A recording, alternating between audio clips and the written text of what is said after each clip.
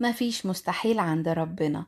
حتى لو كل الأبواب اتقفلت، هو بيخلق باب جديد ما كانش موجود. الرب أمين في كلمته، لا بينسى وعوده ولا بيأخر خيره عن ولاده. هو نفسه اللي وعدك بالخير، هو اللي شايف وجعك وبيحضرك لفرح أكبر من كل توقعاتك. فاطمن، حتى لو كل حاجة حواليك بتقول مفيش أمل، هو لسه بيقول أنا الرب إله المستحيلات. هو اللي بيحول دموعك ضحكة وبيبدل يأسك برجاء، وبيصنع من الوجع شهادة تمجد اسمه. خليك ثابت وما تستعجلش، لأن وعوده دايما بتتحقق في الوقت اللي يليق بيك. يمكن مش الوقت اللي انت مستنيه، لكن أكيد الوقت اللي هتفرح فيه أكتر مما كنت متخيل. ثق إن الرب عظيم ومفيش مستحيل عنده. هو اللي بدأ القصة وهيكملها على مجده. هيحقق لك أحلامك اللي كنت فاكرها بعيدة، ويخليك تصدق إن المستحيل ممكن يتحقق. هيظهر لك الحلم اللي كنت شايفه بعيد عنك قدام عينيك. هيملى الأماكن الفارغة اللي كنت حاسس فيها بالنقص، ويغمرك بحبه في اللحظات اللي كنت فيها لوحدك وحاسس إن مفيش حد جنبك. هيعوضك عن كل وجع مر عليك، عن كل خيبة أمل، وعن كل مرة حسيت فيها إنك ضعيف أو مكسور. هيبدل حزنك بالفرح ويحول ضعفك لقوة لا تتزعزع، ويزرع في قلبك إيمان جديد يخليك تطلع من كل تجربة صعبة لكن أقرب له من أي وقت فات. هتكتشف إنه حتى في الظلام في نور بيرشدك. هتحس بالسلام الداخلي اللي يملأ قلبك، والراحة اللي كانت بعيدة هتلاقيها معاك كل يوم. هتشوف حياتك بتتحول خطوة بخطوة لكل ما كنت بتحلم بيه. اطمن، خلاص وقت الفرح جاي. يمكن الأيام اللي فاتت تعبتك وحسيت إنك خلاص مش قادر تكمل. يمكن دموعك نزلت في عز وحدتك، لكن في لحظة محدش شايف فيها، بس هو شافك. شاف وجعك وشاف تعبك، وسمع كل تنهيدة خرجت منك من غير كلام. كل دمعة منك كانت بتقول صلاة، وكل وجع فيك كان بيصرخ للسما. هو سمعك وبيجهز لك رد مليان رحمة وتعزية. يمكن الوقت طول، بس الوقت اللي جاي مليان مفاجآت من السما. هتشوف ايده وهي بترفعك من الرماد، وهتعرف انه كان بيجهز لك اللي يستهلك. اصبر شوية كمان، لان اللي اتأخر مش ضايع، هو بس بيتجهز في السما عشان يوصلك في التوقيت الكامل. صدق، كل حاجة كانت بتوجعك هتبقى سبب فرحك بعد شوية، وهتعرف ان انتظارك ما كانش هدر، وان الهك دايما امين في وعده. خليك ثابت وخلي قلبك متعلق بيه، لأن الرب قريب من المنكسرين. ربنا هيطمنك قريب جدا بطريقة عمرك ما كنت تتخيلها.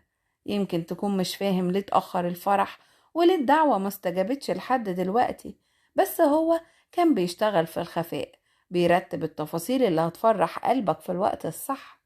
هيفتح لك باب فرح بعد تعب، باب عمرك ما كنت تتخيل انه لسه ممكن يتفتح.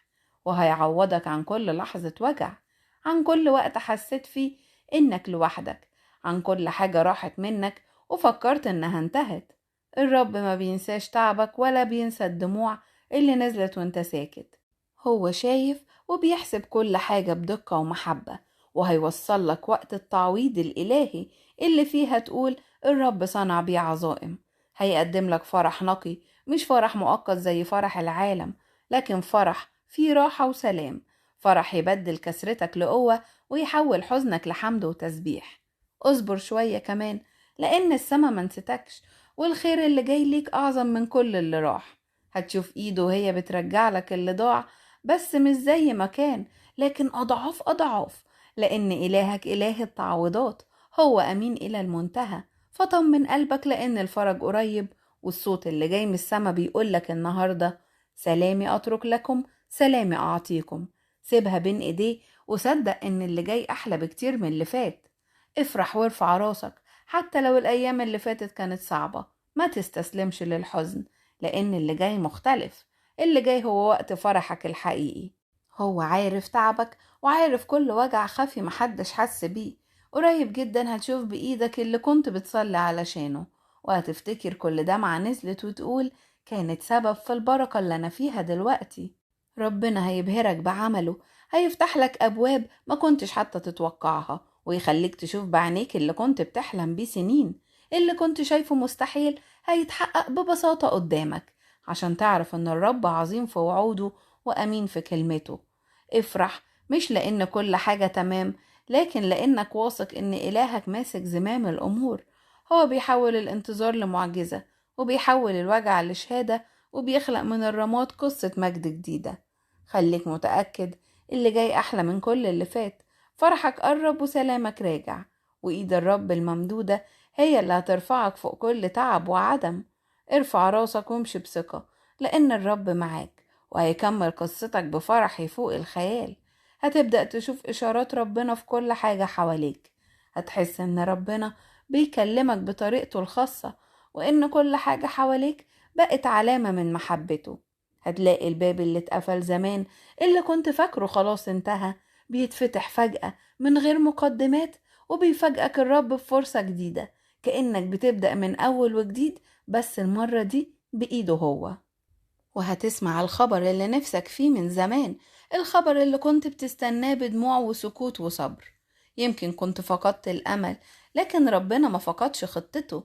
كان بيجهز لك المشهد، وبيرتب كل تفصيلة عشان توصل للحظة دي. ربنا هيطمنك بطريقة هتلمسك من جوه، هيطمنك بكلمة أو موقف أو شخص، بس الأكيد إنك هتحس بسلام عمرك ما حسيته قبل كده. وهيفرحك فرح مش مؤقت ولا لحظة تمشي، لكن فرح عميق وراحة في القلب.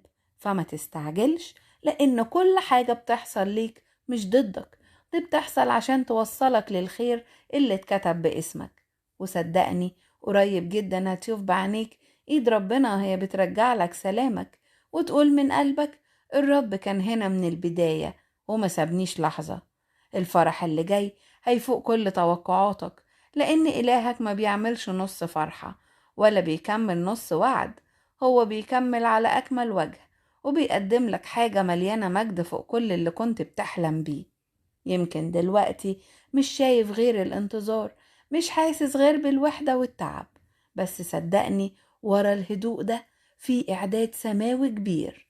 ربنا بيحضرك لمفاجأة هتغير حياتك كلها. هو ما بينساش وعد، ولا بيتراجع عن كلمة قالها. ولو اتأخر فده مش نسيان، ده ترتيب دقيق عشان اللحظة تبقى أعظم من توقعك. خليك مطمن، اللي بيتأخر مع ربنا ما بيتأخرش عشان يكسرك، لكن عشان يبهرك. لأن اللي بيجي بعد صبر طويل بيبقى أعمق وأجمل وأغلى من أي حاجة كنت مستنيها. الفرح اللي جاي مش عادي، ده فرح مليان سلام، هيخلي كل سنين الانتظار ليها معنى، وكل دمعة نزلت تبقى سبب تسبيح. فاطمن، إلهك دايما بيكمل القصة للنهاية، وكل تأخير وراه مجد أعظم مما تتخيل.